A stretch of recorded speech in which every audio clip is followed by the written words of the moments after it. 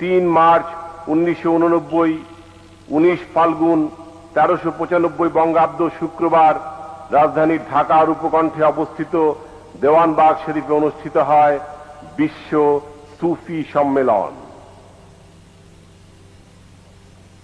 প্রথম বিশ্ব সুফি সম্মেলনে দেশের প্রত্যন্ত অঞ্চল সহ সৌদি আরব, ভারত সহ পৃথিবীর বিভিন্ন দেশ থেকে অসংখ্য ধর্মপ্রাণ মুসলমান সমবেত হয়েছিলেন। মহাপুণ্যময় সম্মেলনে 1 মার্চ বুধবার হতে দেশের বিভিন্ন স্থান থেকে হাজার হাজার ভক্ত ও অনুসারী মিছিল সহকারে দরবার শরীফে এসে সমবেত হন। 1 মার্চ বুধবার বেলা 3টায় দেওয়ানবাগ শরীফের বাবে জান্নাতের সবুজ শ্যামলিমায় প্রাঙ্গণে অনুষ্ঠিত হয় বিশ্ব সুফি সম্মেলনের উদ্বোধনী অনুষ্ঠান।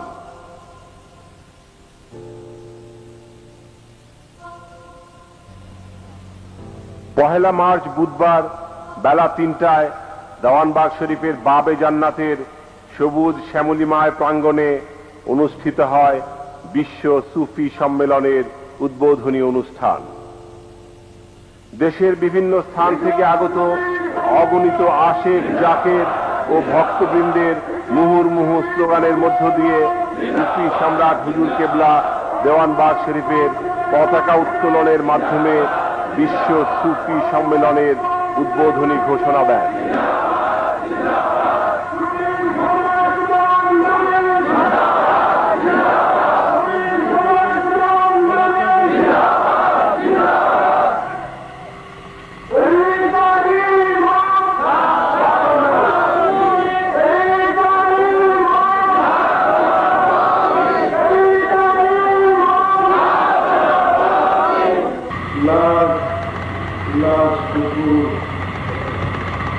মহান আল্লাহ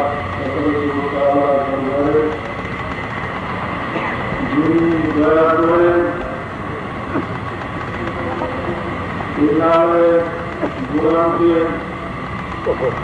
ইমাম সৈয়দ আবুল ফজল সুলতান আহমদ রহমতুল্লাহের স্মরণে তিনার ওফাত দিবস স্মরণে দেওয়ানবাগ বিশ্ব সুফি সম্মেলনের আয়োজন করার সুযোগ করে দিয়েছেন। আপনারা জানেন, আমি রাস্তায় ছিলাম, আমার মুর্শিদ ইমাম রাসূল সাল্লাল্লাহু আলাইহি অন্ধকার থেকে জেনে আমাকে আরো রাস্তায় দেখা দিয়েছিলেন। দীর্ঘদিন আমার মুর্শিদের গোলামের মাধ্যমে তিনি আমাকে দয়া করে শিক্ষা দিয়েছেন।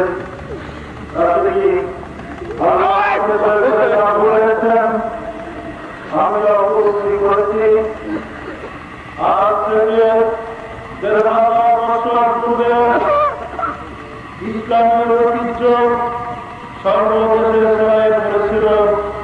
ইসলাম ছিল বাস্তব, কাল্পনার কোন বস্তু ইসলাম ছিল না। নবী মুহাম্মদ সাল্লাল্লাহু আলাইহি ওয়াসাল্লামের বাস্তব আদর্শ দেখে বিশ্ববাসী চমকে উঠেছিল এবং রাসূল সাল্লাল্লাহু আলাইহি ওয়াসাল্লামের আদর্শবান হয়ে, চরিত্রবান হয়ে বর্বর আরব জাতি শান্তিতে বসবাস করার সুযোগ হয়েছিল। কালক্রমে এদিকের চক্রান্ত থেকে শুরু করে অর্থকরী ইসলামকে যে কালরা গ্রাস করেছে, যার ফলে ইসলামের আলো, ইসলামের নূর আমরা পাচ্ছি না। আমাদের মাঝে মুখের ইসলাম আছে, চরিত্র ইসলাম নেই। ইসলামের দিকে তাকাইলে দেখা যায় ইসলামের চাকরি শরীয়ত রয়েছে, ইসলামের দেহ আর ইসলামের প্রাণ রয়েছে একটা চরণ, যে প্রসঙ্গের মাধ্যমে জাপানের নূর পাহাড়ে বেড়ানো হয়। রাসূল সাল্লাল্লাহু আলাইহি ওয়াসাল্লাম যে তাসাউফকে সাধনার মাধ্যমে আল্লাহর পক্ষ থেকে অলিমাত্র লাভ করেছিলেন এবং বড় বড় জাতিকে শান্তিতে থাকার সুযোগ করে দিয়েছিলেন। উত্তম জাতিতে পরিণত করার সুযোগ করে দিয়েছিলেন, সেই বিদ্যাকে তথা সুচিবাদ করা হয়। কালের রটন করে বিতর্কীদের চক্রান্ত এবং পেশাদারদের চক্রান্তের শিকার হয়ে ইসলাম দূষিত হয়ে পড়েছে। ফলে আমরা ইসলাম পালন করি সত্য আমাদের মাঝে শান্তি নেই। এই বিশ্ব সুফি সম্মেলন ইতিপূর্বে আমরা কখনো করিনি, করার চিন্তাও করিনি। আপনারা জানেন আনুষ্ঠানিকভাবে আমি ঘোষণা করছিলাম আগামী 34 অনুরোধ করবো, কিন্তু আল্লাহ কিছুদিন পরে আল্লাহর পক্ষ থেকে যখন আমাকে নির্দেশ করা হয়েছে যে তুমি সুফি সম্মেলন করো, যার নাম হবে বিশ্ব সুফি সম্মেলন।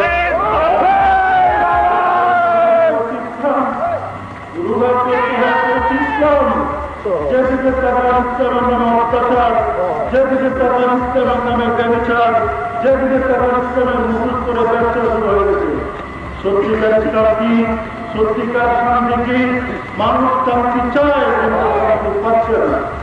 ইসলামের প্রাণ হল সেই সত্য জগৎবাসীকে তুলে ধরার উদ্দেশ্যে আল্লাহ পাকের অপার দয়ায় বিশেষ করে আমার মুর্শিদ ইমাম সৈয়দ আবুল ফজল সুলতান আহমদ রাহমাতুল্লাহকে আমি সুফি সম্মেলনের বিশ্ব সুফি সম্মেলনের আহ্বান করেছি।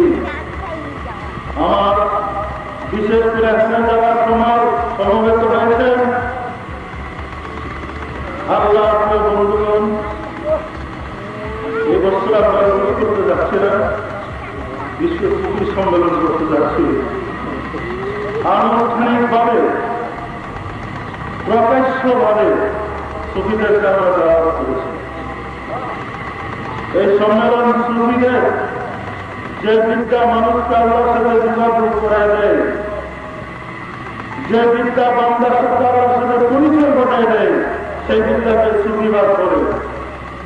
সুতরাং আপনারা যারা কর্মীরা আছেন, সেবক যারা আছেন, আমার অনুসারে যারা আছেন, আপনাদেরকে বিশেষভাবে বলব, কোন মুহূর্তে আপনারা গ্রেফতারিতে থাকবেন না। সর্বক্ষণ যে যেখানে দায়িত্ব আছেন সুস্থ করবেন, হাজির সাথে খেদমত করতে চেষ্টা করবেন। এই সম্মেলনে অনেকের জন্য নসিব খুলে যাবে, আর যারা গ্রহণ করে তাদের জন্য দুঃখের কারণ। সুতরাং সবাইকে আমি সাবধান করে দিচ্ছি, ইহা সুফিদের সম্মেলন, ইহা বাস্তব ইসলামের সম্মেলন। আজকে আনুষ্ঠানিকভাবে আল্লাহ এবং আল্লাহ রাসূলের পক্ষ থেকে, ইমাম চন্দ্রপুরী রহমাতুল্লাহের পক্ষ থেকে বিশ্ব সুফি সম্মেলন 89 আনুষ্ঠানিকভাবে ঘোষণা করছি। আমাদেরকে তৌফিক দেন, আমরা যেন এই সম্মেলনে গোলামীর মাধ্যমে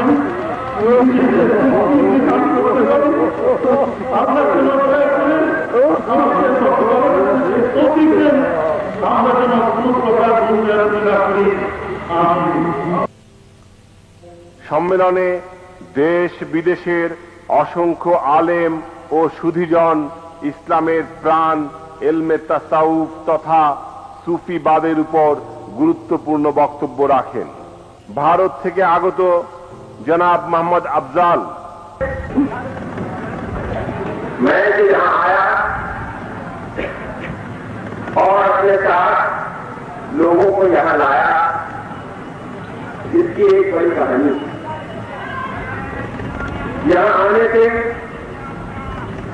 एक बात और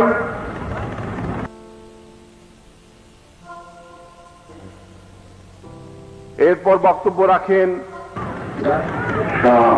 सूफी जवानबाजी सूफी बहु आदि के दीवाने आपको मैं हिंदुस्तान मुसलमानों के तरफ से बड़ी अकीदत के साथ सलाम पहुंचाता हूं, जो आप बनाए मेहरबानी कबूल फरमाएं। ये बैनुल अक़वामी सूफी जलसा जो इस दीवान बाग में मुनक्कद हो रही है, ये हम लोगों की तरफ है, इसको दुनिया के चप्पे तक पहुंचा। বেলা 2:30টায় অনুষ্ঠিত হয় জুমার নামাজের বিশাল জামাত। অগণিত সুফি সাধকগণ বাবে জান্নাতের সম্মেলন চত্বরে গভীর ধ্যানমগ্ন হয়ে জুমার নামাজ আদায় করে।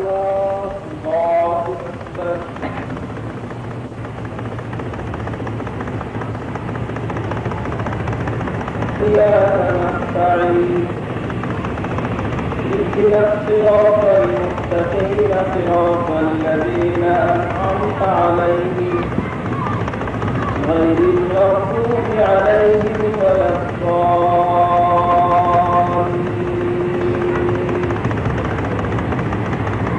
إن الذين آمنوا وعملوا الصالحات كانت لهم جنات الفردوس نزلا خالدين فيها لا يبغون عليهم أبدا.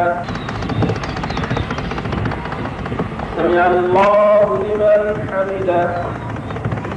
الله أكبر.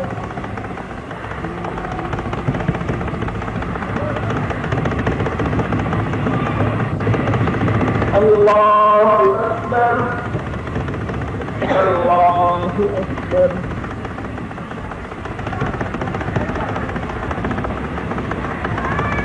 السلام عليكم ورحمة الله. السلام عليكم ورحمة الله. وكانوا نتيجة ونحن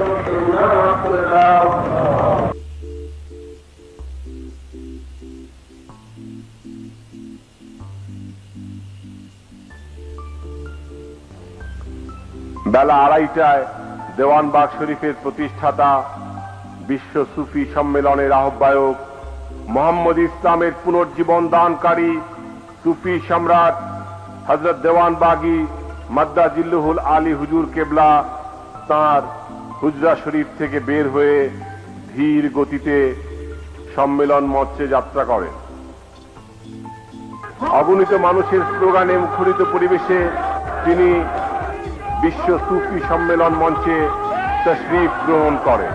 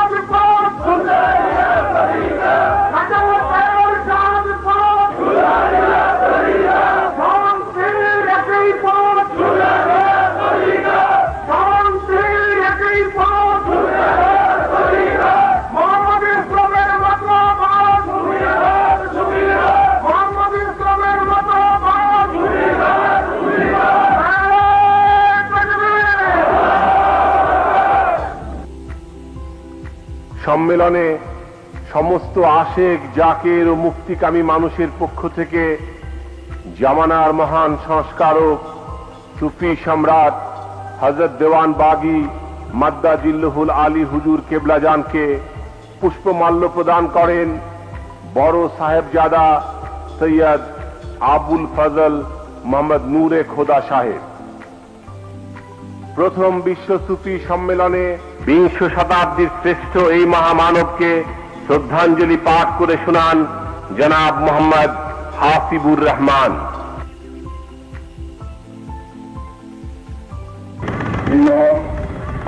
সৈয়দ আবুল ফজল সুলতান মোহাম্মদ রহমতুল্লাহ উপাসনে দেওয়ানবাগ পাক দরবার শরীফে অনুষ্ঠিত 3 দিন ব্যাপী প্রথম বিশ্ব সুফি সম্মেলনে সুফি সম্রাট আমিরে তরিকত হাজিয়ে জামান হযরত মাওলানা মাহবুবে খোদা দেওয়ানলাহি মদ্দাজিল্লুল আলী হুজুর কেবলা জান সাহেবের পরশময় কদম মোবারকে অহম নালায়েক ও গুনাহগারদের শ্রদ্ধাঞ্জলি। সুফিদের সম্রাট, ইসলাম ধর্মের মৌলিক শিক্ষা কাঠামো তথা সুফিবাদকে অবজ্ঞা করে পাপ পঙ্কিলতা অন্ধকার আচ্ছন্ন হয়ে মানব জাতির নৈতিক চরিত্র যখন ধ্বংসের মুখোমুখি, নষ্টের তহবিলের লিপ্ত হয়ে মানুষ যে সময় নিজেদের শ্রেষ্ঠত্ব হারিয়ে বসেছে, সত্যকে মিথ্যা আর মিথ্যাকে সত্য জেনে ধর্মের সঠিক পথ থেকে বিচ্যুত হয়ে মানুষ যখন দিক ভ্রান্ত, যখন হতাশায় আচ্ছন্ন, ঠিক সেই মুহূর্তে জগৎবাসীর কাছে হযরত রাসূল সাল্লাল্লাহু আলাইহি ওয়াসাল্লামের প্রকৃত আদর্শ ও শিক্ষা তুলে ধরার লক্ষ্যে আপনি বিশ্ব সুফি সম্মেলনের আয়োজন করেছেন। সেজন্য আপনাকে শ্রদ্ধা ও কৃতজ্ঞতা জানানোর ভাষা জগৎবাসীর নেই। এই সুফি সম্মেলনে যোগদান করে হযরত রাসূল সাল্লাল্লাহু আলাইহি ওয়াসাল্লামের প্রকৃত আদর্শ ও শিক্ষা গ্রহণের মাধ্যমে নিজেদের মুক্তি বিধানের যে সুযোগ আপনি দয়া করে প্রদান করেছেন, সেজন্য সমস্ত মুক্তিকামী মানুষের পক্ষ থেকে আপনার কদম মোবারকে জানাই শ্রদ্ধা ও কৃতজ্ঞতা। এই সুফিবাদের পুনরুজ্জীবন দানকারী, যে সুফিবাদের আদর্শ প্রচার করে আজ থেকে ১৫০০ বছর আগে বিশ্বনবী হযরত মুহাম্মদ সাল্লাল্লাহু আলাইহি ওয়াসাল্লাম বর্বর আরব জাতিকে একটি সুযোগ্য জাতিতে পরিণত করে পাপ পঙ্কিলতার আধারে নিমজ্জিত বিশ্ববাসীকে আলোর পথের সন্ধান দিয়েছিলেন, সেই সুফিবাদ তার ওফাতের পর খোলাফায়ে রাশিদুনের যুগ পর্যন্ত অব্যাহত ছিল। ইসলামের সেই সুফিবাদ এজিদের চক্রান্তে অস্তমিত হয়ে যায়। এজিদের শাসন আমল থেকেই সুফিগণ নির্যাতিত লাঞ্ছিত হয়ে আসছে। পরবর্তীতে যুগে যুগে যখনই সুফিগণ তাদের আদর্শ প্রচার করতে উদ্যোগী হয়েছেন, তখনই তারা হয়েছেন স্বার্থান্বেষী মহলে দ্বারা লাঞ্ছিত ও অপমানিত। ১৪০০ বছরের দীর্ঘ সময়ে সুফিবাদ শত সন্ধ্যার মধ্য দিয়ে টিকে থাকলেও কিছুকাল পূর্ব পর্যন্ত এর অবস্থা ছিল প্রায় নিষ্প্রভ। আপনি নিজ প্রচেষ্টায় সুফিবাদকে জগতে পুনরুজ্জীবিত করে তুলেছেন। আপনার পৃষ্ঠপোষকতায় বর্তমান যুগের সুফিগণ এই আদর্শ প্রচারের জন্য নবপ্রেরণা লাভ করেছেন। সেজন্য আপনার কাছে সমগ্র মানব সমাজ চিরঋণী। এই কথা জগতের মহান নেতা, ইসলামের প্রাণ হল সুফিবাদ। প্রাণ বিহনে দেহ যেমন মূল্যহীন, সুফিবাদ তথা তাসাউফ বিহনে ইসলামও তেমনই মূল্যহীন। জগৎ শ্রেষ্ঠ সুফি হযরত মুহাম্মদ সাল্লাল্লাহু আলাইহি ওয়াসাল্লামের ইন্তেকালের পর এটিদের শাসন আমল থেকে তাসাউফের বিলুপ্তি শুরু হয়। পাপ পঙ্কিলতা জর্জরিত বর্তমান সময়ে যখন সুফিদের আদর্শ প্রচারের প্রয়োজন দেখা দিল, তখন আল্লাহ তাআলা দয়া করে আপনার মতো একজন মহামানবকে তার মনোনীত ধর্মের নেতৃত্বে অধিষ্ঠিত করেছেন।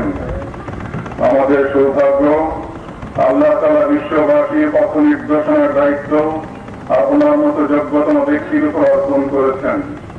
তার কাছে আমাদের প্রার্থনা, জগৎবাসী যেন আপনার পরিচয় লাভ করে আপনার আদর্শ ও তরিকা অনুসরণের মাধ্যমে নিজেদের মুক্তির ব্যবস্থা করতে পারে, সেই তৌফিক তিনি যেন দান করেন। এই মহান সংস্কারক হযরত রাসূল সাল্লাল্লাহু আলাইহি ওয়াসাল্লামের ওফাতের পর, বিশেষ করে খোলাফায়ে রাশিদিনের যুগের শেষে ইসলামের দুটি আদর্শ বিরোধী মতের অনুপ্রবেশ করতে থাকে। ফলে আজ ধর্মের মূল শিক্ষা পূর্ণভাবে হারিয়ে যেতে পেরেছে। বিভিন্ন দল ও মতের হিংস্র হানাহানিতে ইসলাম ধর্ম কান্ডারিবিহীন তরণীর মতো দিক ভ্রান্ত। আপনার আগমন জগৎবাসীকে দিয়েছে সঠিক দিগদর্শন। সেটা সমস্যা সমাধানের মাধ্যমে আপনি তুলে ধরেছেন প্রকৃত ইসলাম ও মুক্তির পথ কোনটি। মোহাম্মদ ইসলামের কৃত্রিম রূপ ধরা পড়েছে আপনার আদর্শে ও আপনার নির্দেশনায় লিখিত পুস্তকাবলীতে। ধর্মের নামে ভণ্ডামি আর ধোঁকাবাজিতে মানুষ যে মুহূর্তে ধর্মের উপর বিশ্বাস হারাতে বসেছে, সে মুহূর্তে ধর্মের সঠিক ব্যাখ্যা বিশ্লেষণ দানের মাধ্যমে ধর্মের প্রকৃত রূপ জগৎবাসীর নিকট তুলে ধরে আপনি রাসূল সাল্লাল্লাহু আলাইহি ওয়াসাল্লামের প্রতিষ্ঠিত মহান সংস্কারকের স্থান অধিকার করেছেন। আমরা যেন ধর্মের সঠিক পথে নিজেদের পরিচালিত করতে পারি, আপনার মাধ্যমে আল্লাহর কাছে সেই রহমত ভিক্ষা চাই।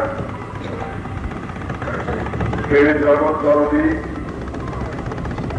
আমরা অহং কাঙ্গাল মূর্খের দল।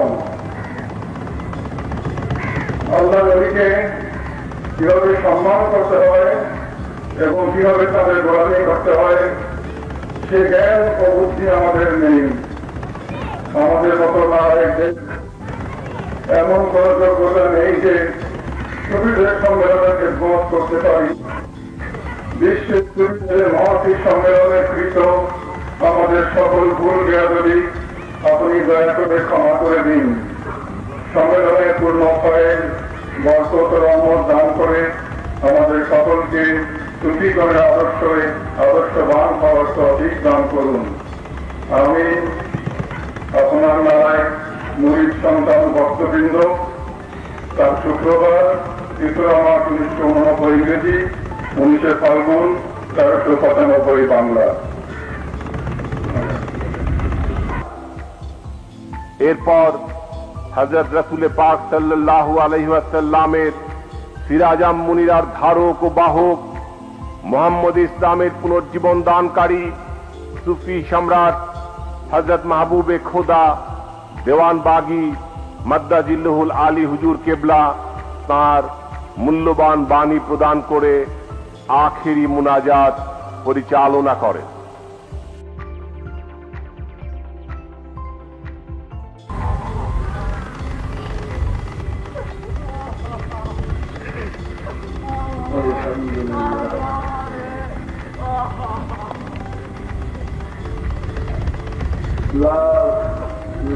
শুকুর সেই মহান আল্লাহ তাআলা যিনি দয়া করে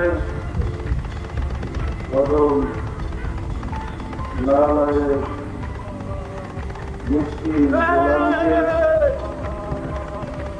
বিশ্ব সুফি সম্মেলন আহ্বান করার জন্য নির্দেশ দিয়েছিলেন এবং বিশ্ব সুফি সম্মেলন অনুষ্ঠান এই মহান অনুষ্ঠানে অংশগ্রহণ করার সুযোগ দয়া করে নারায়ণকে দান করেছিলেন।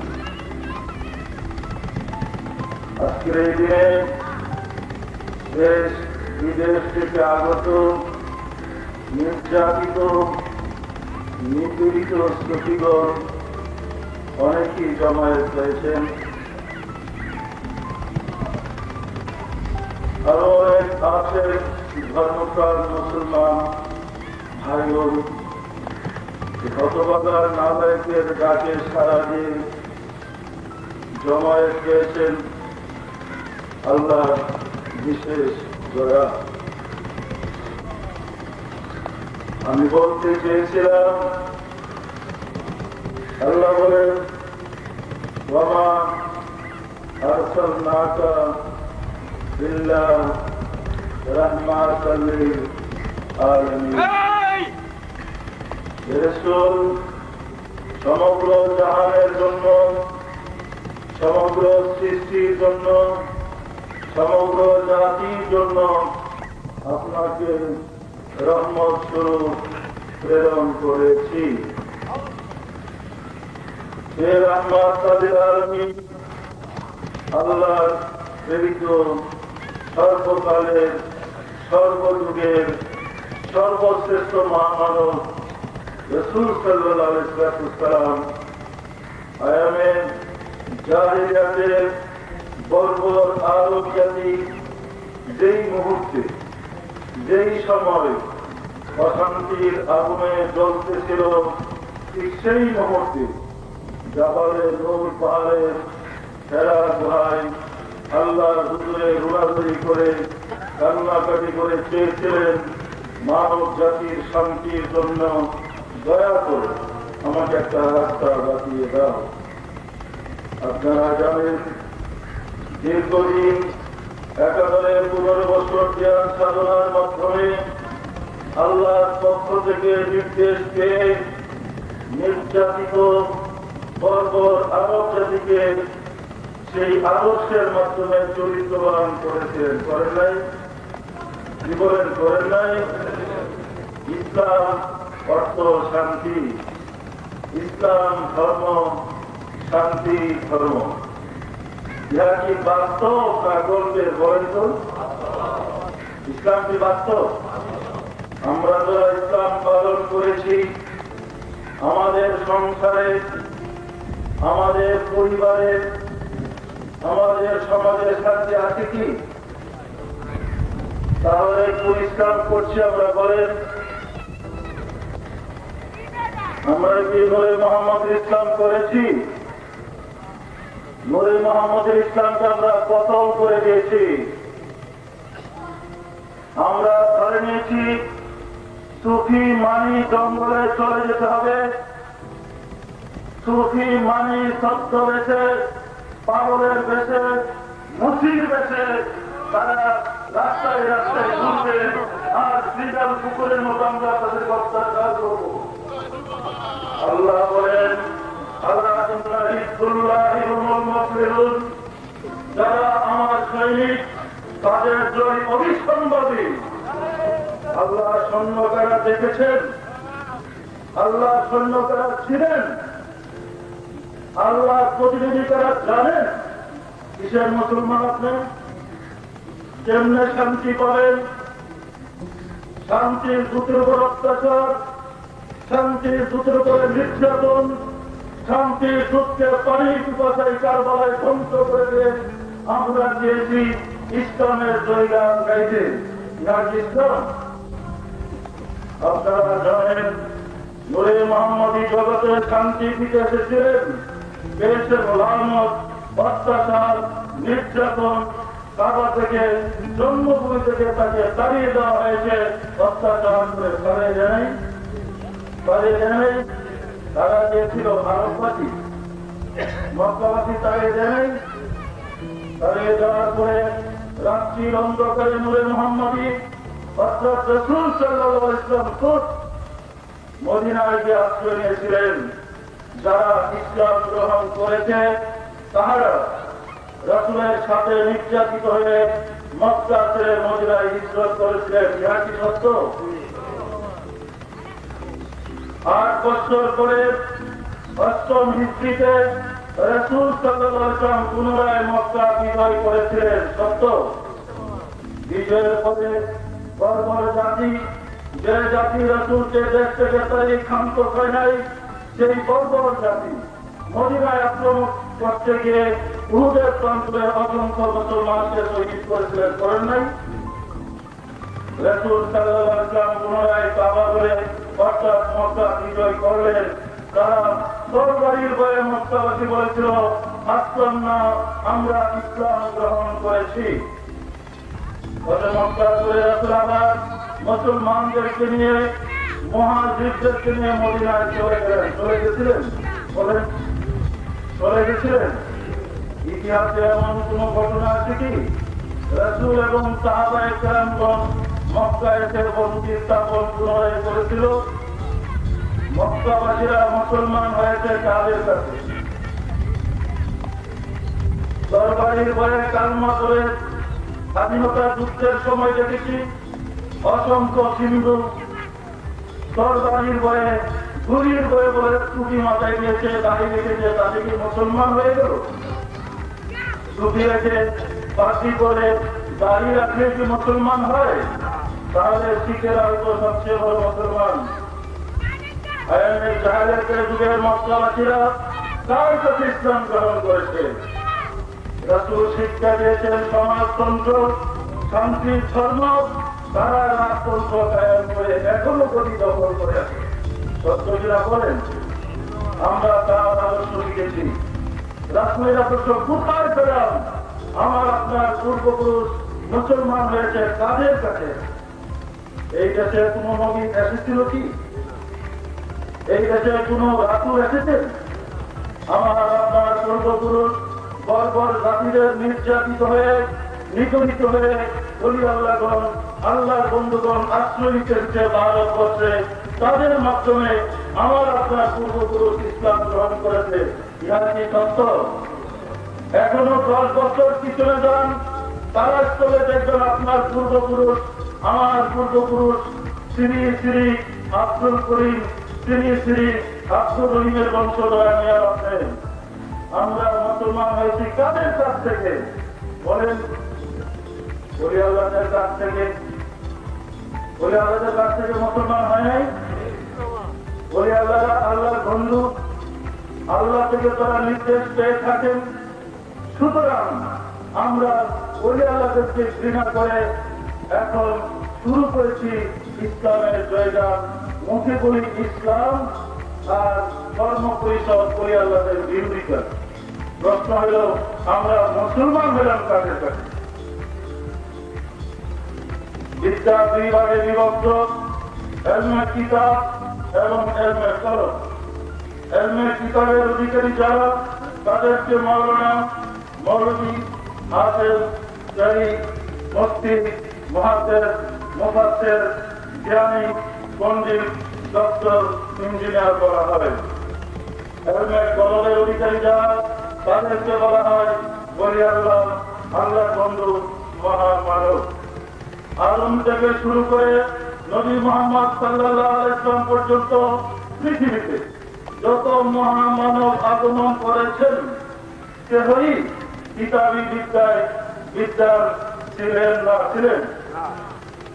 ওনারা সাধনার মাধ্যমে নিজের ভিতরে খুঁজে আল্লাহকে পেয়েছেন, আল্লাহর কাছ থেকে নির্দেশ পেয়েছেন, আল্লাহর নির্দেশে নিজেরা পরিচালিত। এখন যদি আমি প্রশ্ন করি মুসলমানকে, আপনারা যে বলেন আশহাদু আল্লা ইলাহা ইল্লাল্লাহ ওয়া আশহাদু আন্না মুহাম্মাদার আবদুহু ওয়া রাসূলুহু, আমি সাক্ষী দিতেছি আল্লাহ ছাড়া মাবুদ নাই, আমি আরো সাক্ষী দিতেছি হযরত মুহাম্মদ আল্লাহর নবী। আপনারা বলেন আপনারা দেখে সাক্ষী দিয়েছেন? কোর্টে ইসলাম ধর্মে একজন মানুষের সাক্ষী কখন গ্রহণযোগ্য হয়? শোনা কথা সাক্ষী দিলে সাক্ষী গ্রহণযোগ্য হয়? বলেন, শোনা কথা সাক্ষী কি গ্রহণযোগ্য হয়? আমরা কি আল্লাহকে দেখেছি? আমরা কি আল্লাহর নবীকে দেখেছি? আমাদের কাছে কি আল্লাহ ও রাসূলের পক্ষ থেকে নির্দেশ এসেছে? আমরা কি মুসলমান? আল্লাহ বলেন ওয়ামা কুন্না মুআযযিবিনা হাত্তা নাবা'আসা রাসূলা, আমি রাসূল না পাঠানো পর্যন্ত কোন ব্যক্তিকে শাস্তি দেয় না। ওয়ামা কুন্না মুআযযিবিনা হাত্তা নাবা'আসা রাসূলা। তারপর করে আপনাকে ওই স্তরে পৌঁছতে হবে যে স্তরে পৌঁছতে আল্লাহর সাথে আপনার যোগাযোগ হবে, আল্লাহর পক্ষ থেকে নির্দেশ পাবেন। আমি বলতে চাচ্ছি আল্লাহর সাথে বান্দার সাথে যোগাযোগের 3টা লাইন আছে। 3টার একটা থাকলে আপনি বান্দা নন, আপনি যেই হবে। 1 নম্বর, আল্লাহর পক্ষ থেকে আপনার দিকে নির্দেশ আসবে, যাকে এই যুগে বলা হয় ইলহাম বা প্রত্যাদেশ। 2 নম্বর, দৃষ্টির মাধ্যমে আল্লাহকে দর্শন করে তার পক্ষ থেকে নির্দেশ পাবেন। 3 নম্বর, ফায়েজের শক্তি দ্বারা বুঝতে পারবেন আপনি যে কাজ করতেছেন তাতে আল্লাহ খুশি কি বেজার, আল্লাহর রায়টা কি। আমরা যত কাজকর্ম করি সব নগদে পেয়ে যাই, নগদ পাই না? লাভটা নগদে পেতেছেন, চাকরি করে মাসের শেষে আপনাকে মাইনা দেওয়া হচ্ছে। আল্লাহ কি আমার আপনার মহাজনের চেয়ে, আমি আপনি যেখানে চাকরি করি তার চেয়ে অভাবী? তার দ্বারা কোনো বাকি? আমি স্পষ্ট বলতে চাচ্ছি বাকিটা বাকি। খাঁটি কর্ম করতেছেন, বাস্তব নাচতে চেষ্টা করেন। ইসলাম গল্পের নয়, ইসলাম চরিত্রে, ইসলাম আদর্শে সত্যিকার মুসলমান হন। আল্লাহ বলেন, যারা মুমিন তাদের প্রতি আমি নিজে দুরূদ করি, আমার ফেরেশতারা দুরূদ করেন। আর আজকে আমাদের চরিত্রের দিকে তাকিয়ে দেখেন, আমাদের চরিত্র দেখে দুই জাতিরা ঘৃণা করে অথচ আমরা ধর্মের গোড়ায় দিচ্ছি। ইসলাম হল স্বামী স্ত্রীকে দেখতে পারে না, স্ত্রী স্বামীকে দেখতে পারে না, ছেলে পিতাকে মানে না, পিতা ছেলেকে স্নেহ করে না। ইসলাম এটা কোন ইসলাম করা শুরু করলাম? সুতরাং আমি আজকের এই স্পষ্ট করতে চাচ্ছি যে আদর্শ এই চরিত্র সুফিদের, যেই মুহূর্তে সুফিদের দিকে রাতে সারা দিয়ে বর্বর আরব জাতি বিশ্বনবী সাল্লাল্লাহু আলাইহি ওয়াসাল্লামের আদর্শ দেখে ঝাঁপিয়ে পড়েছিলেন, নির্যাতিত মানুষ রাসূলের আদর্শে অনুপ্রাণিত হয়েছিলেন এবং খরচে ঢুকে পড়েছিলেন। তারপরে শুরু হয়েছে তাদের উপর অত্যাচার। যে দুর্নীতির চক্রান্ত কখনো শেষ হয়ে যায় নাই। আপনারা অনেকে জানেন, হযরত আলী করিমুল্লাহ বৈঠু খামির যুদ্ধে দেখে যার ওজন মতান্তরে 800 মণ, 850 মণ বা বহু ছিল। কোন এক যুদ্ধে মুসলমানরা যখন পরাজয় হইতে চেয়েছিল, হযরত আলী করিমুল্লাহ বৈঠু খামির দুর্গের লোহাকে বাম হাতে টান দেওয়া ছিঁড়ে ঢাল বেড়ে যুদ্ধ করেছিলেন। তারপর থেকে বিরোধীরা ভয়ে সন্ত্রস্ত পালিয়ে গেল। তারা বুঝতে পেরেছে মুসলমানদের পিছনে অন্য একটা শক্তি কাজ করতেছে, ইহা কি। তারপর থেকে উঠে পড়ে তারা তাকবকে বিরক্ত করার জন্য, ঐশ্বরিক শক্তিকে দূর করে দেওয়ার জন্য উঠে পড়ে লেগেছে, যার প্রতিফল এখন আমরা জানি না ইসলামের প্রাণ কি। আপনারা জানেন দেহ এবং রূহ দুইটা মিলে একটা পূর্ণ মানুষ, ইহা কি সত্য? যখন দেহের ভিতর থেকে রূহ বের হয়ে যায়, তখন মানুষের জন্য কষ্টের কারণ হয়ে দাঁড়ায় এই দেহ। কারণ সাংবাদিক হয়ে মৃত্যুর দূষণ করে দাঁড়ায়, কোথায় খবর দিলে ন্যায়ের যন্ত্রণার কারণ, অশান্তির কারণ। যতক্ষণ দেহের ভিতরে প্রাণ থাকবে ততক্ষণ আপনার সবকিছুর দাম আছে, মূল্য আছে, সম্মান আছে, ইজ্জত আছে। ততদিন পর্যন্ত ইসলামের প্রাণ, যে প্রাণের মাধ্যমে ইসলাম জগতের শান্তির প্রতিশ্রুতি হিসাবে শান্তির নামে বিকশিত হয়েছিল, সেই প্রাণটা যতদিন ইসলামের ভিতরে ছিল ততদিন শান্তির প্রভাব ছিল না। চক্রান্তের মাধ্যমে ইসলামকে যখন প্রাণ থেকে দূরে সরে দেওয়া হয়েছে, সমাজে আমরা যে ইসলাম দেখেছি শুধু পুস্তকের ইসলাম, কাগজের ইসলাম, প্রাণহীন ইসলাম, যার ফলে বিভিন্ন মতবাদের ব্যক্তি বিভিন্ন মতবাদের বৈপত্র লেগে আরো গুমরার দিকে আমাদেরকে ছেড়ে দিয়েছে। বাস্তব ইসলাম থেকে আমরা বহু দূরে সরে পড়েছি। মনে করে কাগজের মধ্যে লেখা আগুন, এই আগুন যে খাবার পাকানো যায়, এই প্রজ্বলিত আগুন আর কাগজের লেখা আগুন এক আগুন। একদিন কাগজের আগুন যদি পাতিলের নিচে রেখে দেন, আপনার কি খাবার তৈরি হবে? কোটি কোটি কিতাব যদি পড়েন, কাগজের ইসলাম পড়ে শান্তি আসবে না, আসতে পারে না। শান্তির ইসলাম পেতে চলে আমার আপনার পূর্বপুরুষ যে সুফিবাদ গ্রহণ করে উত্তম চরিত্রের অধিকারী হয়েছিলেন, সেই চরিত্রকে ধরে তাহলে মুসলমান জাতির মুক্তি হবে না। যার চরিত্র নাই তার কোন ধর্ম নেই। আজকে আমরা কোন বিশ্ব সুফি সম্মেলন করতে গেছি, সেই সম্পর্কে আমাকে কিছু বলতে হয়েছে। সুফিবাদকে আমরা তো ঘৃণার চোখে দেখেছি। বিভিন্ন পুস্তিকার লেখকজন বলে থাকেন সুফিবাদ আছে ভারতের হিন্দুদের বৈরাগ্যদের মতবাদ থেকে। আমি তাদেরকে বলতে চাচ্ছি, আল্লাহ যখন বলেছিলেন আদম, আদমকে সৃষ্টি করার পরে নাফাসতু ফীহি মিন রূহ, আমার রূহ থেকে রূহ আদমের ভিতরে ঢুকে দিলাম। এই কথা বলার পরে ফেরেশতাদের সামনে আদমকে তাড়া করে আল্লাহ বলে দিয়েছিলেন, আদম, এই ফেরেশতারা আদমকে সিজদা করো বলেছিলেন। ইহা কি কোরআনের কথা? কি বলেন? বলেছিলেন আদমকে চেষ্টা করতে, আল্লাহ আদমকে চেষ্টা করতে হুকুম দিয়ে আল্লাহ কোথায় গেলেন? যদি ধরে নেওয়া হয় আল্লাহ পাশে দাঁড়িয়েছিলেন, বিশ্বাস করেন আল্লাহ আপনাদেরকে সিঁড়িটি শিখে দিয়েছে। খুঁজে বার করেন আল্লাহকে তৈরিতে আনতে গেলে, এক করতে গেলে তার দলিল কি দিবে? সুতরাং সুফিবাদকে ধরে সুফিরা খুঁজে পেয়েছে আল্লাহ আদমকে চেষ্টা করতে হুকুম দেয়, আল্লাহ নিজে আদমের ভিতরে ঢুকে গেছে।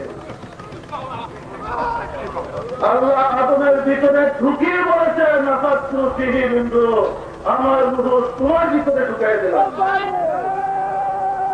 আদমের ভিতরে আল্লাহর প্রাণ যখন আদম থেকে বেরিয়ে যায়, আল্লাহর সত্তা যখন মানুষের ভিতর থেকে বের হয়ে চলে যায়, সে মানুষ হয়ে যায় লাশ, তাকে বলে মৃত। আল্লাহর প্রাণ মানুষের ভিতরে বিশ্বাস করে আলেমদের ব্যাপারে আমি কিতাব পড়েছি। আমার মুর্শিদ ইমাম সৈয়দ আবুল ফজল সুলতান আহমদ রহমাতুল্লাহ হুজুরের গোলামি করে দীর্ঘদিন ওনার দরবারে গোলামির মাধ্যমে আল্লাহকে দেখেছি, আল্লাহকে চিনেছি, আল্লাহর কথা বলছেন। আল্লাহ বলেন ওয়াফি আনফুসিকুম আফালা তুবসিরুন, তোমার ভিতরে আমি বিরাজ করি, তুমি কি আমাকে দেখো না? তোমার ভিতরে আমি বিরাজ করি, তুমি কি আমাকে দেখো না? আল্লাহ কি মিথ্যা কথা বলার অভ্যাস আছে? আল্লাহ বলেন ইন্না লিল্লাহি ওয়া ইন্না ইলাইহি রাজিউন, আমরা তোমার থেকে প্রত্যাবর্তন করেছি, আবার তোমাকে প্রত্যাবর্তন করিব। তোমার থেকে এসেছি, আবার তোমাকে বিলীন হয়ে যাব। মিনহা খালাকনাকুম ওয়া ফীহা নুঈদুকুম ওয়া মিনহা নুখরিজুকুম তারাতান উখরা কাইফা তাকফুরুনা বিল্লাহি ওয়া কুনতুম আমওয়াতান ফাআহইয়াকুম সুম্মা ইউমীতুকুম সুম্মা ইহয়ীকুম সুম্মা ইলাইহি তুরজাউন। বিশ্বাস করেন সমুদ্রের পানি, কখনো আকাশের মেঘ, কখনো বরফ, কখনো বৃষ্টি, আবার কখনো খালের পানি, কখনো তীরের পানি, কখনো নদীর পানি, কখনো কলসির পানি, সব বিবাদ বিসম্বাদ ভেঙে একাকার করে দেন, সমাজে প্লাবন আনেন, আবার গিয়ে জোয়ার আসছে, সমুদ্রে না মিশা পর্যন্ত পানির শান্তি নাই। আল্লাহ সত্তা নকশের ভিতরে ঢুকে, আগুনের ভিতরে ঢুকে বন্দী হয়ে কাঁদতেছে। আল্লাহ বন্ধুগণ তাদেরকে পাগল হয়ে গেছে, তারা দেখে আল্লাহ সত্তা কিভাবে বললি, যে মানুষ আল্লাহর সত্তাকে নকশের ভিতর দ্বারা, নকশের দোকান দ্বারা বন্দী করেছে, সেই কাফের শব্দের অর্থ লুকায়িত সত্তাকে ঢেকে দেওয়া, আল্লাহর সত্তাকে ঢেকে রাখা। যে মানুষ নিজের হৃদয়ের সপ্তম স্তরে আল্লাহর সত্তাকে বন্দী করে রেখেছে, সেই কাফের, সেই শয়তানের পরিবার সাধনা করে যে মানুষ আল্লাহর সত্তাকে নিজের মধ্যে জানাইতে পেরেছেন, সে মুমিন, সেই ওলি আল্লাহ, সে ফকিরের যাত্রায়, সে বাক্কার গাছ। মানুষ গোলামি করতে আসে নাই। আপনারা জানেন আদমকে সমস্ত ফেরেশতারা চেষ্টা করেছিল, আমি কোন ফেরেশতার পিছনে দৌড়েব? আদম জাতিরা আদম থেকে আসে নাই, আমার পক্ষে আদমের সত্তা নেই। আদম যখন ছিল তার কিছু নিচে কে ছিল? আমরা ছিলাম না? নিজের গতি হারিয়ে শয়তানের দখল হৃদয়ে দিয়ে আজকে আমরা শয়তান রূপে মুসলিম হিসেবে গিয়েছি। আসুন আমরা সবাই সুফিদের আদর্শকে আঁকড়িয়ে ধরি, বিশ্বাস পরিচালনা না করেন আপনার ভিতরে আল্লাহ। আল্লাহ বলেন আল্লাহর ভাষায়, আল্লাহর কথায়, ওয়াহুয়া মাআকুম আইনামা কুনতুম, তুমি যেখানে আমি সেখানে, নাহনু আকরাবু ইলাইহি মিন হাবলিল ওয়ারিদ, তোমার সাহায্যের চেয়ে আমি নিকটে। আপনারা জানেন আল্লাহ কি? আল্লাহ সম্বন্ধে জানলে গুনাহ হবে। আল্লাহ সম্বন্ধে জানার আমাদের অধিকার নাই। আল্লাহ সম্বন্ধে জানতে গেলে কাছে কোরআন মতো বলেছে এই কথা, মানুষ আল্লাহর প্রতিনিধি, মানুষ আল্লাহর খলিফা, সে তার গণিতকে চিনবে না, গণিতকে জানবে না, পুত্রকে বসে থাকতে তাকে পারে না।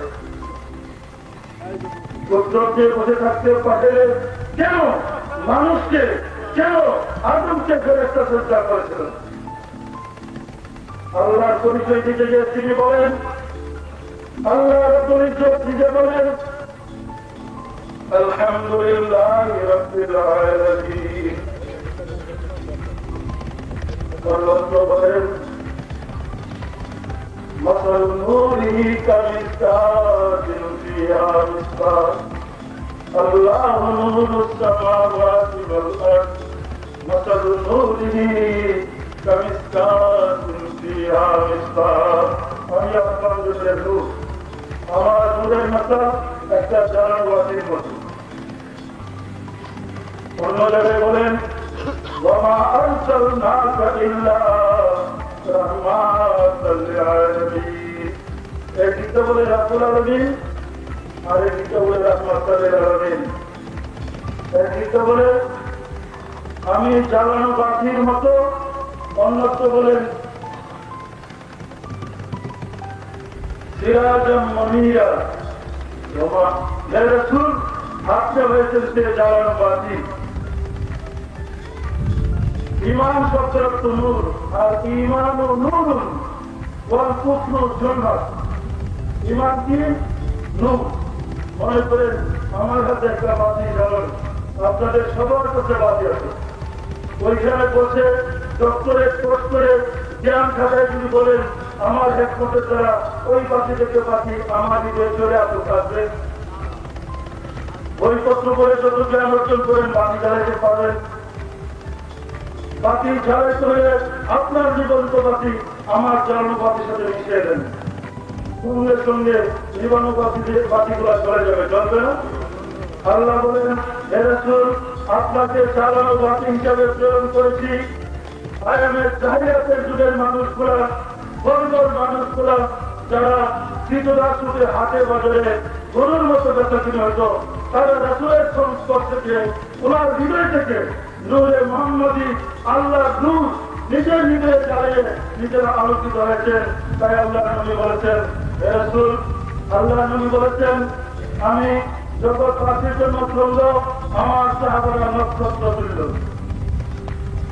বিশ্বাস করেন, রাসূলের সংস্পর্শে যারা গিয়েছেন তাদের হৃদয়ে সেই নূর চলেছে।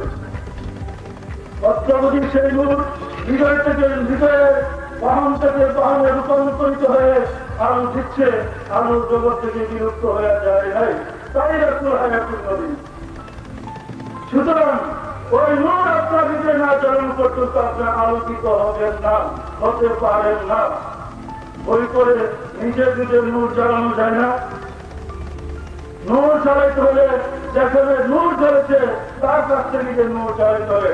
কথা কি সত্য বলেন? আল্লাহর নূর যদি আপনার হৃদয়ে জাগ্রত হয়, আল্লাহ কি বুড়ার কথা বলতে পারবে না? রাসূল পর্যন্ত কথা বলতে পারলো 1,24,000 ব্যক্তির কাছে, আর আপনার এত অপরাধ তো আপনার সাথে আল্লাহর কথাবার্তা বলা বন্ধ হয়ে গেল, কোন তালের জন্য শুরু হয়ে গেল। আর কি মানুষ মুক্তি পাবে না রাসূলের পরে? আল্লাহ সংবাদ কি জগতে আসবেন না? সুতরাং খুঁজে তালাশ করেন আপনার ভিতরে আল্লাহ, তাকে ছেড়েন, আলোকিত করেন, আপনি প্রচলিত করি। আসুন আমরা সবাই আজকে এই মুহূর্তে এই দিনে আল্লাহর কাছে ক্ষমা ভিক্ষা চাই, ফরিয়াদ জানাই, তিনি যেন দয়া করে আমাদেরকে তার রাস্তায় উঠাই দেন। আমরা এত বেশি ফেতনার মধ্যে জড়াই পড়েছি, আল্লাহ দয়া করে আমাদেরকে তার রাস্তায় না উঠালে কিছুতেই সম্ভব না আমাদের রাস্তায়, আল্লাহ রাস্তায় উঠে যাওয়া। আসুন আমরা সবাই আমার বক্তব্য শেষের আগে আমার মনে পড়ে আমি আপনাদের অনেককে দাওয়াত করেছি। দেশ বিদেশ থেকে অনেক গণ্যমান্য নেতৃস্থানীয় সম্মানিত সুদীবন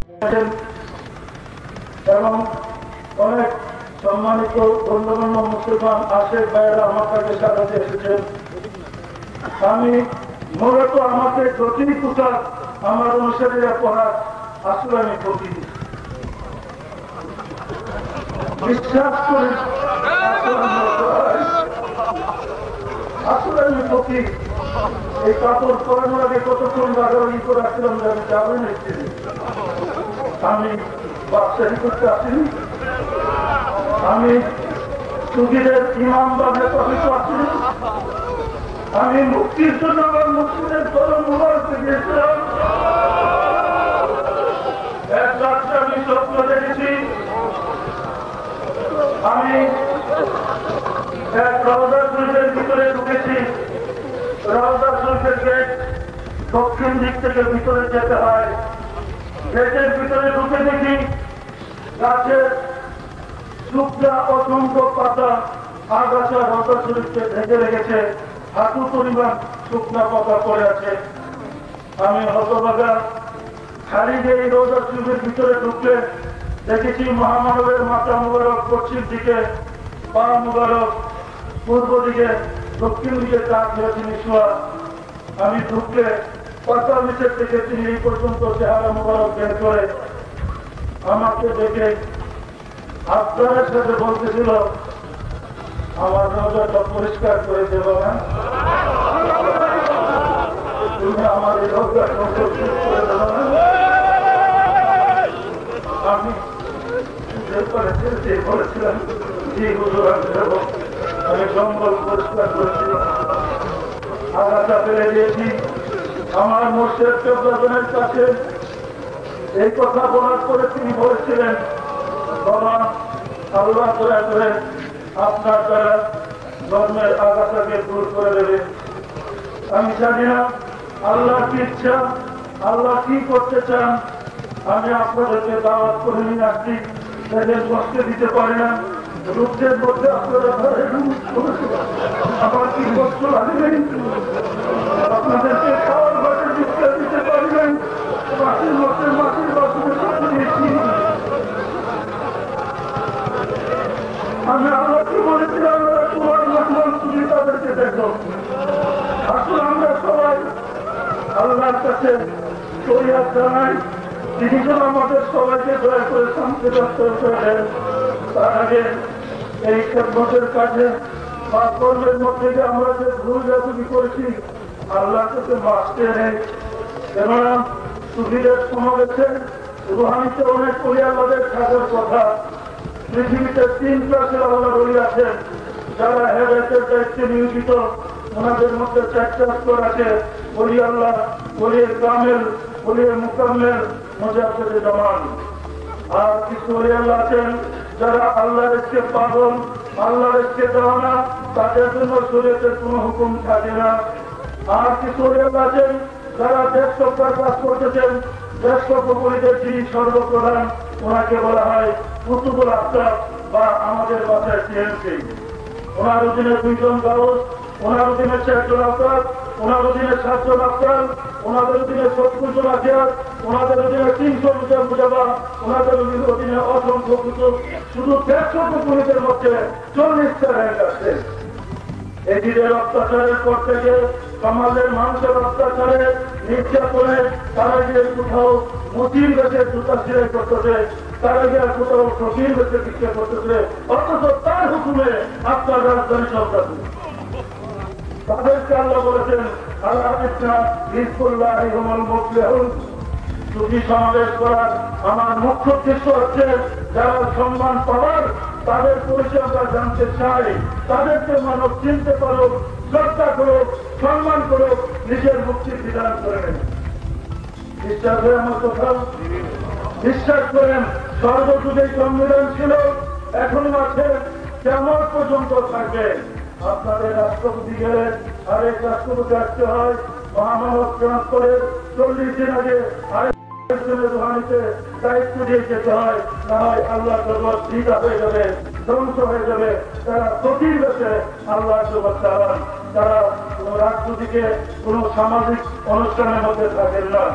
আসুন আমরা সবাই আল্লাহর কাছে ফরিয়াদ জানাই, আমরা এই সমাবেশে আমাদের দাওয়াতের সুবিধের যারা দয়া করে খুশি জেনেছেন চিনতে না পারার জন্য আমরা যে ভুল বেয়াদি করেছি, আল্লাহ তোমার দয়া করে যেহেতু তার সৈনিকদের সাথে বেয়াদি করেছি, আমাদেরকে মাফ করে দেন।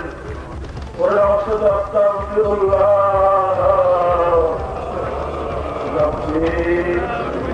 من كل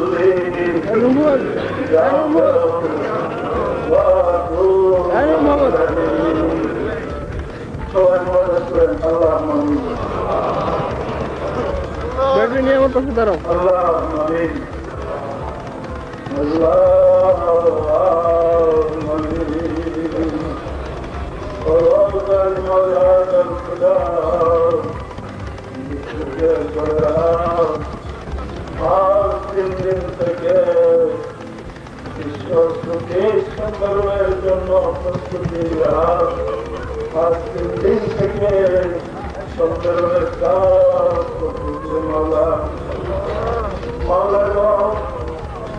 দেশ থেকে তোমার অনেক পাগলের ধরেরা, তোমার অনেক আশেকের ধরেরা এই সমাবেশে জমায়েত করেছিলেন এবং এই ইবাদত বন্দেগীর মধ্যে সময় কাটাইয়া দিয়েছে। কষ্টের মধ্যে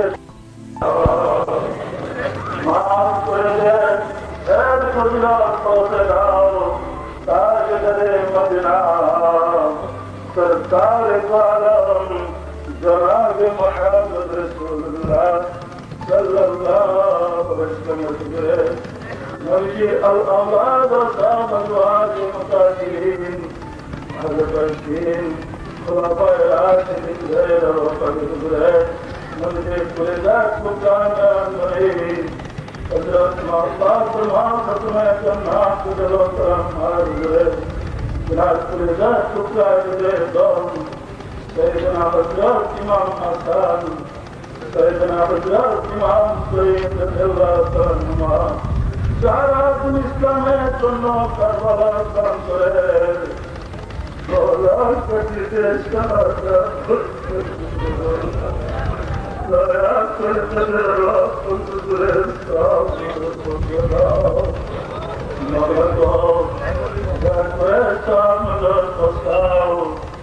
আমাদের মহান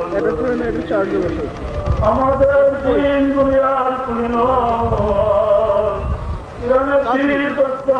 সুলতানুল মাসাইল সুলতানে মুজাদ্দাতুল করিমাম আবুল বদর সুলতান আহমদ আল-মতলব ইলা মাদাত মাহমুদের সুন্দর রাসূলুল্লাহ সাল্লাল্লাহু আলাইহি মাওলানা দয়া করে সব মুজাদ পৌঁছাও।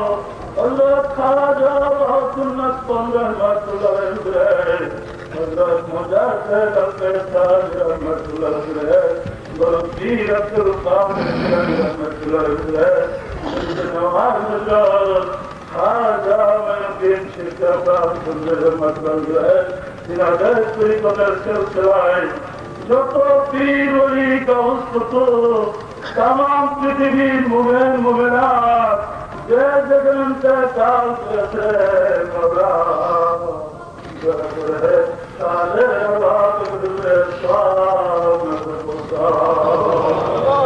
मौला दया से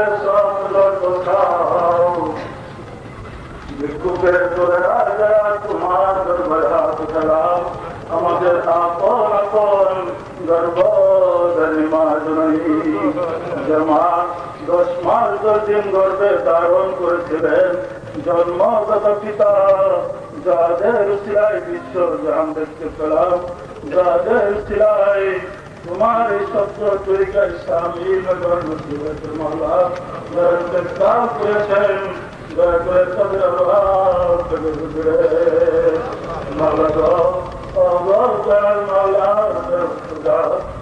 আমরা নির্যাতিত নিপীড়িত তোমার গোলামের বিশ্বাসীর স্বপ্নে একত্রিত সময়ে মাওলা গো সৃষ্টির শুরু থেকে পর্যন্ত তোমার সত্য যারা করতে গিয়েছে, নির্যাতিত হতে হতে, নিপীড়িত হতে হতে তারা ঘর বাড়ি ছেড়ে দিয়ে, দেশ ছেড়ে দিয়ে বিদেশে আশ্রয় এই নির্যাতিত নিপীড়িত মুসলমানেরা তোমার দরবারে তোমায় করছি, দয়া করে জগতের মানুষ আমাদেরকে তাড়িয়ে দেয়, আমাদের কোন দুঃখ নাই, কিন্তু তুমি আমাদেরকে তাড়িয়ে তুমি তোমার দয়া থেকে আমাদেরকে দূরে দূরে চলাও, তোমার রহমত থেকে আমাদেরকে দূরে সরে চলাও।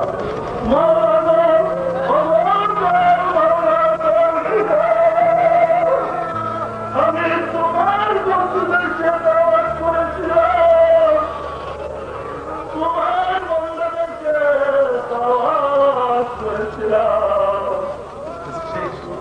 দাওয়াতের সারা দেওয়া তোমার আশেকেরা, তোমার সৈনিকেরা, তোমার বন্ধুরা জমায়েত করে তোমারা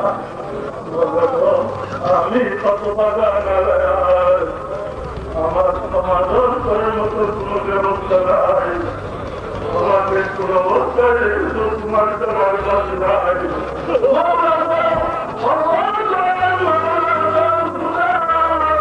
আমি তোমার বন্ধুদেরকে তোমার হাতে তুলে দিলাম,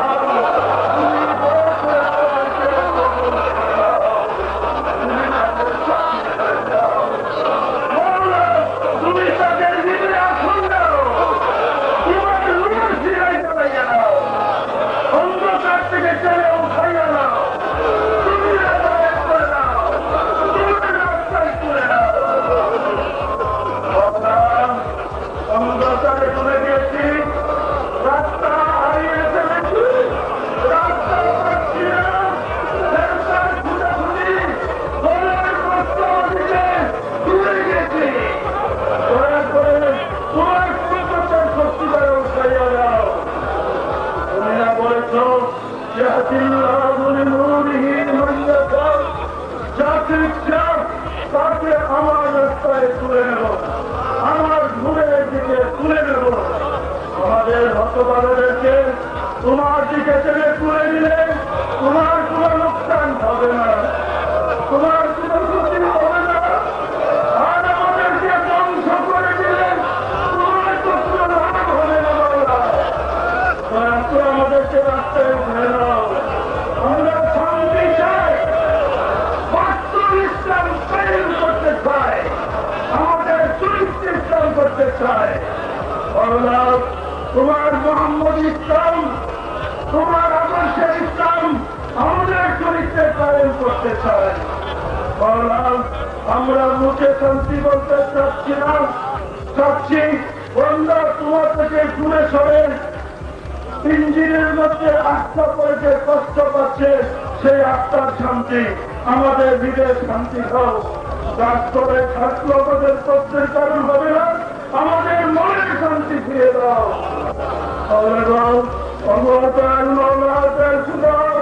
বিশ্বের যে সমস্ত সুবিধা নির্যাতিত, নিপীড়িত, অবহেলিত, পীড়িত তাদেরকে চিনবার মতো জগৎবাসীকে তৌফিক দিতে দাও। দয়া করে আমাদেরকে তোমার শান্তি রাস্তা দেখে দাও, তোমার রাস্তায় তুলে দাও, তোমার হাবিবের রাস্তায় তুলে দাও, নদীটিকে চিনার মতো শক্তি করে দাও, আমরা কাম্য সাহায্য বাস্তব চরিত্রের মতো তৌফিক দিতে দাও।